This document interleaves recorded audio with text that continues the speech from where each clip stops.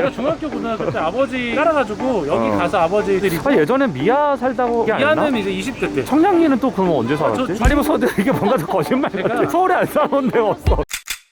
오랜만에 우리 부동산 촬영을 나왔습니다. 동대문에 나왔는데 이건 뭐야? 요즘 플렉스 이런 거 플렉스 하더라. 이거 되게 비싸다며. 이게 플렉스 하려고 산 건 아니고 지도 보기가 되게 좋아요. 이 거짓말 하지 마. 이거 톰 브라운 없는 걸로 사면 100만 원이면 사잖아. 이거 떨어뜨리면 어떻게 해요? 내가 만지다가 이렇게? 떨어뜨리면 뭐 다 줘야죠. 어쨌든 오늘 동대문 나왔는데 동대문 온 이유는 뭔가요? 갈 데가 없어서 왔고요. 갈 데가 없어서. 되게 의미 있는 곳이잖아요. 여기 굿모닝 시티. 어릴 때 사건 나왔는데. 그치. 분양 사기. 굿모닝 시티를 잘하는 이유가 저희 아버지가 동대문에서만 80년대 때부터 지금 거의 40년 정도 계세요. 동대문에서 여러 가지 사건들이 일어났던 거, 뭐 전태일 사건 그때부터 오셔가지고 이게 뭐 이 굿모닝 시티 사건도 있었고 다양한 각계각층의 사건들을 현재 여기서 근무하는 사람의 입장에서 많이 얘기를 해줬었거든요. 이 사건이 있을 때 사실 이 동대문에 있던 상인들이 여기 구장 안 갖고 있던 분들이 거의 없어요. 이게 3,400억인가 그럴걸? 사기 얘기? 그 당시에 기사를 봤었을 때 이분이 이거 분양 사기를 해서 어마어마한 돈을 벌어서 벤츠 매장에 가서 한 번에 차 6대인가 5대를 그냥 샀대. 자금을 다 털어서 나왔는데 1,700억은 아직도 못 발견했다고. 그건 뭐 어딘가에 짱 박혀 있겠지. 그거는 소비로 쓸 수 없는 돈이니까. 그렇죠. 이거랑 또 강남에 또 대표적인 건물이 하나 있어요. 점프 밀라노라고. 점프 밀라노라는 강남역의 대로변 건물이 있는데 그 건물이랑 이 건물 때문에 이제 그때야 우리나라 법률이 생겼어요. 건축물 분양에 대한 법률. 21세기 들어와서 분양에 대한 법률이 생긴 거죠. 지금 굿모닝 시티는 제대로 영업을 하고 있어요? 여기 근데 이 라인 세 군데 전부 다 그렇죠. 임대료를 안 내도 된다라고 하는데도 나간다라고 하더라고요. 아니 예전에는 밀레올이랑 두타랑 뭐 이런데 대로변에 있는데 여기 보면 엄청 비쌌잖아. 평당 권리금을 얼마 달라 그렇죠. 이랬었잖아. 맞아요. 5년 전만 해도 어마어마했거든 여기. 그렇죠. 이제 외국인들이 와가지고 도매로도 많이 사고 짝퉁 같은 거 많이 사고 약간 한국의 패션 관광으로도 유명했던 곳인데 왜 작살난 거예요 여기는 상권이? 코로나가 가장 직접적인 타격인 거예요? 명동처럼 여기도 국내 상권에서 외국인 상권으로 다 바뀌었는데 바뀌고 나서 외국인이 못 오니까 국내 상권에서 외국인 상권으로 바뀐 이유는 온라인 쇼핑몰이 대세가 되면서 또 이렇게 약간 죽은 것도 있죠. 그런 것도 그렇고 오프라인 매장에서 여기 호객행위가 장난 아니거든요. 당해보셨어요? 난 당해봤어. 너도 많이 당해봤어.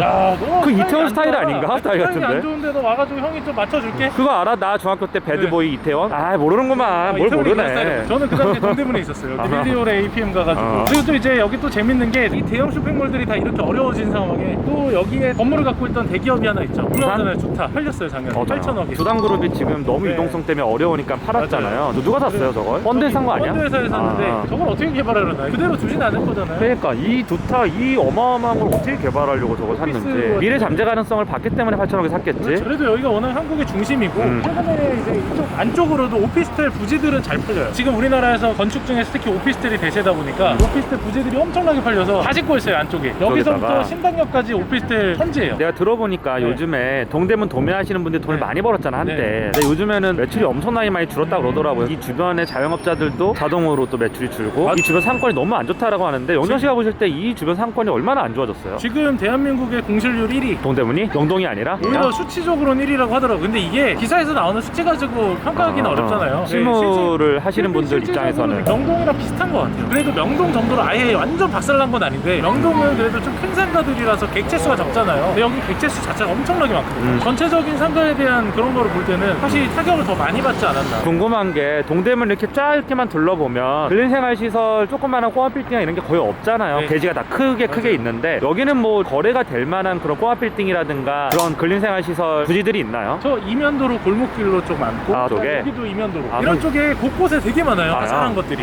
요즘 평당 얼마 정도예요 시세가? 보통 이면도로가 한 2, 3년까지도 계속 1억이었는데 지금도 거의 1억 선에서 거래가 되고 2, 3년 전에 1억이었으면 사실은 떨어진 거랑 똑같은 거네. 딴 데는 다 올랐는데 도심이 많이 안 올랐어요. 최근에 종로 같은 경우도 매물이 엄청 쏟아지고 있거든요.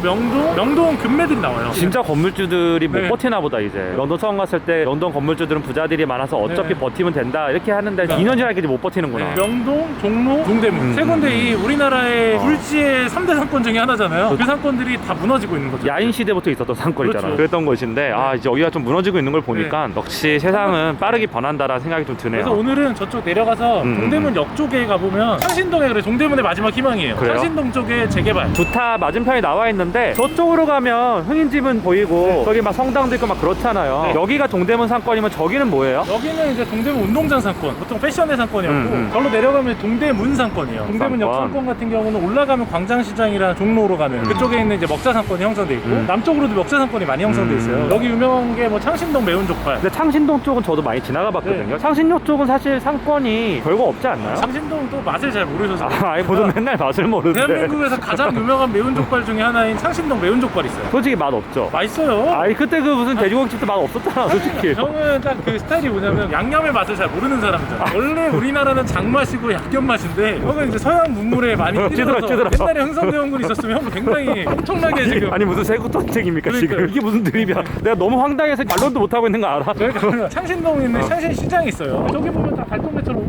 위에 네, 되게 달동네처럼 상위로. 있네요. 거기가 이제 옛날에 일제시대에 지나가지고 뭐 6.25 때 이후로 사람들이 도심에 모여 살기 위해서 산을 다 깎아서 피난민들이 집을 살았던 판자촌 그런 같은 것처럼 데죠. 저기도 서울 발전 초창기 때 만들어졌던 아. 동네 재개발로 이제 묶여 있다가 공공 재개발 네. 이쪽으로 하다가 이제는 민간 재개발로 바뀌어요. 공공 기획, 민간 재개발. 보통 기획 기간이 한 5년 정도 걸리는 걸 이전으로 단축시켜서 동대문의 마지막 희망이다. 저기가 하는 지역이죠. 재개발이 되면 제2의 부흥을 할 거다. 근데 저게 한 10년 전부터 얘기가 나왔던 거라. 아, 농산도인데? 일산동에도 그런 데 있고 용산에도 그런 데 아, 그렇죠, 있고 그렇죠. 일단 저기도 재개발에 대한 얘기가 많이 나오고 있어서 유심히 지켜볼 만한 곳이지 않나. 저희 가고 있는 평화시장이잖아요. 맞아요. 여기가 JW 메리어트 있고 나 여기서 한마디만 하고 싶어. 네. JW 메리어트 여기 뷔페 진짜 맛없어요. 200건을 누가 줬는데 한 번 먹었는데 너무 맛없어서 친구 줬어. 나는 여기에 그래도 특급 호텔 중에 하나가 들어온 건데 동대문에 가성비 호텔이나 관광 호텔이 많았는데 아. 여기가 특급 호텔로 들어와가지고 처음에 엄청 핫했었죠. 외국에서 와가지고 장 좀 제대로 보시고 성공하신 분들이 저기서 기운 받는다고 자고 막 그랬대요. 그런 얘기 어디서 들어? 저희 아버지가 여기서 하시잖아요. 아, 평화시장이 원단시장이죠. 근데 오늘 전 동대문 상권이 되게 많이 죽었을 줄 알았는데 네. 오늘 그래도 사람들이 꽤 많아요. 동묘 같은 분위기예요, 되게. 여기가 이제 상권이라고 하기보다는 약간 매대 상권이죠. 하네. 임대료를 내고 하는 그런 느낌의 상권들보다는 약간 그 자유로운 시장의 분위기 같은 느낌으로 하는 상권이고 이런 느낌의 상권들이 사실 동네 많이 됐어요. 여기가 막 옛날 책 같은 것도 많이 팔거든요. 네. 그런 자유로운 시장의 상권이었는데 올들까지 같이 어우러지고 난 동대문 시장 같은 경우 원래 24시간 상권이라 그런 것 때문에 사실 임대료도 되게 좋고 그다음에 여기 있는 분들이 또 돈을 잘 벌다 보니까 주변에 음식점에서 그렇죠. 비싼 걸 또 많이 먹어주고 맞아. 다 현금 장사를 하니까 또 세금 신고를 안 하시는 분들이 그렇죠. 그렇게 많다고 네. 그러더라고요. 사실 동대문 도매 쪽에 소세지라는 표현을 써요. 한 명을 털면 소세지처럼 줄줄이 엮여 나온다. 소세지라고 표현을 쓰는데 제가 옛날에 동대문 도매 하시는 분들 많이 알았거든. 물어봤어. 아니 왜 그렇게 세금 신고를 안 합니까? 물어보니까 세금 신고 안 하는 나도 문제지만 내가 매입할 때도 그 사람이 안 끌어준대. 너무 영세하고 이런 업체들도 많고 원단시장도 그렇고 그런 데가 많다 보니까 무자료 거래를 한다는 거야. 자료 끊어주세요. 매입 자료 끊어주세요. 이러면 아 그럼 하지 마 이런대요. 이게 너무 이렇게 현금으로 도는 시장이어서 문제가 되게 많았죠. 탈세와 뭐 그런 거 온상이었죠 사실. 아무튼 뭐 여기 이제 동대문 종합시장은 옛날부터 워낙 오래된 시장이라 이쪽에 추억 있는 분들 많을 거예요. 평화시장에 여기가 전태일 사건이 있었던. 전태일 씨 그 동상이 있어요. 아 영정이가 뭔가 동대문 와서 물 만난 고기 같은데? 아, 내가 중학교 고등학교 때 아버지 따라가지고 여기 가서 아버지들이 아, 예전에 미아 살다고 미아는 이제 20대 때 청량리는 또 그러면 언제 살았지? 저 아니 뭐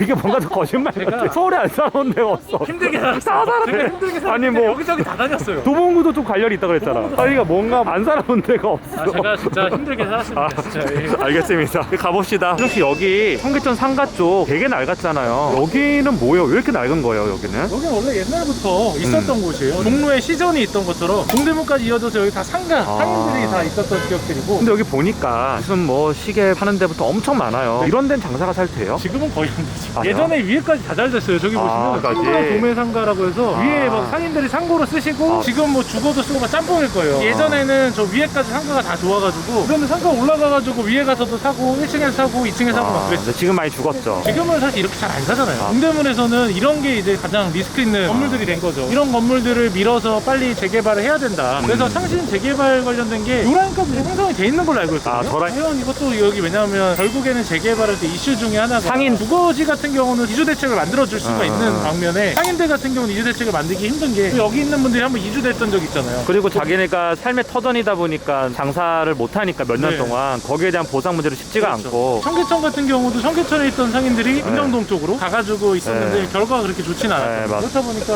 여기도 이주가 생각보다는 쉽지 쉽진 않을 것 같아요. 근데 이거 사실 개발돼야죠. 너무 낡았어. 안전에도 위험이 좀 있을 것 같고. 근데 이 상인들을 또 내쫓을 수가 없으니까. 그렇죠. 여기 골목에 들어왔는데 레이싱걸 노래방? 저게 이제 약간 유흥주점 같은 데죠? 그렇죠. 우리나라에서 가장 노래방들이 유명한 데 중에 하나가 동대문도 유명한데 가락시장 유명하죠.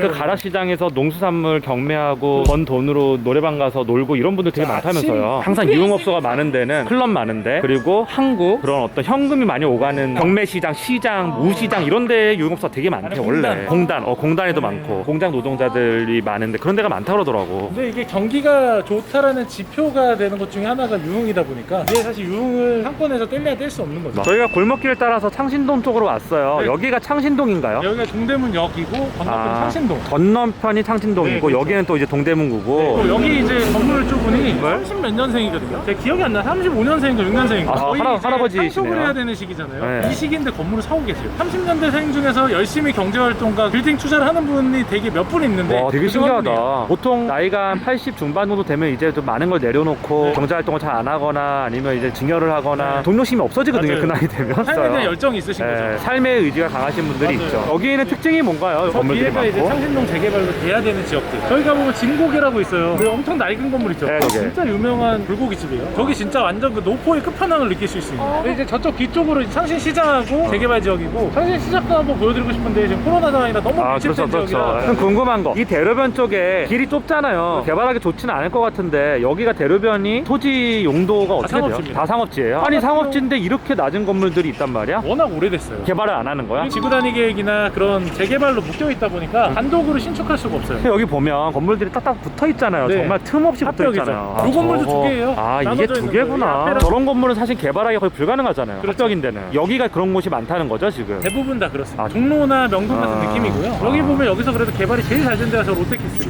롯데캐슬 저쪽에 있는. 네, 저기가 동묘합이에요. 동대문에 잘 살고 부자 됐던 분들이 다 저기 살아요. 제가 신설동에 학원에 다녔는데 그 당시에 1타 강사분도 저기 살았어요. 그러면 여기는 일단 상업지인데 네. 위치는 좋으니까 개발은 지금 당장 안 되지만 땅값은 비쌀 거 아니에요. 얼마 정도 돼 평당? 평당 뭐 1억에서 1억 5천 사이. 거래는 잘 되는 편인가요? 그렇게 잘 되진 않아요. 안 안 되는 되니까? 편까지도 아니에요. 그래서 적당히 어느 정도 된다? 가격만 적절하게 나오면 팔리는데, 여기도 이제 건물주분들이 다 오래된 분들이 많아서 거래를 자주 하는 막 이런 투자로 들어오시는 분들이 별로 없어요. 그럼 동대문 투자는 어떤 분들이 해야 되는 거예요? 개발이 잘 안 되는데 1억 5천이나 뭐 1억을 주고 하기엔 좀 그런 거 힘들잖아요. 있잖아요. 아예 뭐 묻어놓을 데 없나? 언젠가는 개발되겠지. 그래서 더 좋아질 수 있는 여지들이 있는, 오히려 한남뉴타운이랑 비교를 했을 때 당장은 여기요? 낫죠. 왜냐하면 당장에 뭐가 있으니까 있기는. 나중에 거주로서의 메리트는 한남동이 더 좋을 수 있는데, 그래도 여기는 워낙에 도심이랑 가깝고 여기 아파트 들어온다고 하면 바로 나가면 종로에 강남 넘어가는 것도 어렵지 않다 보니까 되게 메리트 있는 동네가 될 것 같아요. 대로변이 그래도 여기 바로 앞에 있는데 여기가 서울의 또 중심이기도 하고 1억 5천 정도면 그렇게 비싼 건 아니다. 땅값만 맞아요. 보면. 이런 동네도 최근에 그 재개발하는데 이슈가 생긴 것 중에 하나가, 최근에 피막골 쪽에다가 D타워가 들어와요. 광화문 D타워처럼. 그 그렇구나. D타워는 시행사에서 그 피막골 쪽을 개발하고 있는데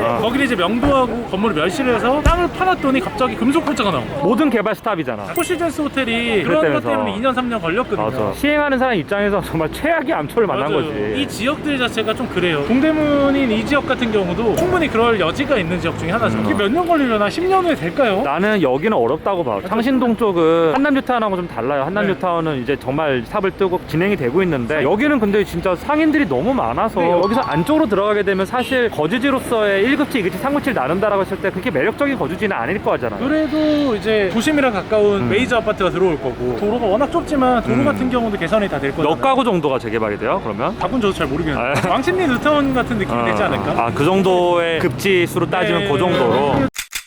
자, 이제 DDP 앞에서 총평을 하려고 해요. 총평 한번 해주십시오. 오늘 둘러본 거 요약 정리 한번 해주세요. 냉담은 뭐 워낙에 한국의 대표적인 사건이고 그랬는데, 외국인들도 많이 안 오다 보니까 사건이 전체적으로 심체가 돼 있어요. 그래도 명동처럼 완전 외국인만 그런 사건이 있는 게 아니라 여기는 좀 다양한 것도 섞여 있으니까 그래도 좀 사건이 회복하지 않을까라는 생각들을 좀 하고요. 명도보단 낫다. 명도보단 나을 것 같다. 지금도 좀 낫잖아요. 그래서 그런 면에서 좀 낫긴 한데, 동대문 사건이 더 부흥하기 위해서는 또 여러 가지 다른 게 붙어줘야 될 텐데, 그 붙어야 되는 게 창신동 재개발이고, 그거 외에는 사실 이슈가 될 만한 건 별로 없을 것 같아요. 그러면 영정 씨 얘기를 들어보면 여기를 투자 지역으로 딱히 추천하진 않는 거네요. 금매가 나오면 모르겠는데, 아니면 정말 묻어놓는 정도? 금매가 아니라면. 아니라면 사실 투자를 해야 굳이? 되나요? 저는 별로 그렇게 추천하지 않는 지역이라고 생각해요. 좋은 가격에 나오고 감정가대로만 나오고 이런 게 아니라면. 그렇죠. 차라리 여기서 올라가는 장충동이나 약수 쪽으로 넘어가는 그쪽 같은 경우는 오히려 잘 팔리고 거래가 되고, 여기서 또 신당 쪽으로 넘어가다 보면 먹자골목들이나 맛있는 곳들이 몰려있는 그런 곳들도 좀 생겼어요. 그래서 동대문에서 오히려 북쪽이나 서쪽 같은 같은 경우는 더 그런 면에서 좋은데 이 동대문에 원래 있던 기존 상권 같은 경우는 변화한다고 해서 크게 변화할까라는 생각이 들고요. 지금 현재 상태에서도 굉장히 어려운 시기를 겪고 있기 때문에 저렴하게 뭔가 메리트 있는 거를 선택하지 않는 이상 투자하기는 좀 어렵지 않나 생각이 듭니다. 동대문 상권 일요일인데 우리 일요일에도 열심히 걸어다니면 잘 봤습니다. 네, 수고하셨습니다. 수고하셨습니다. 네.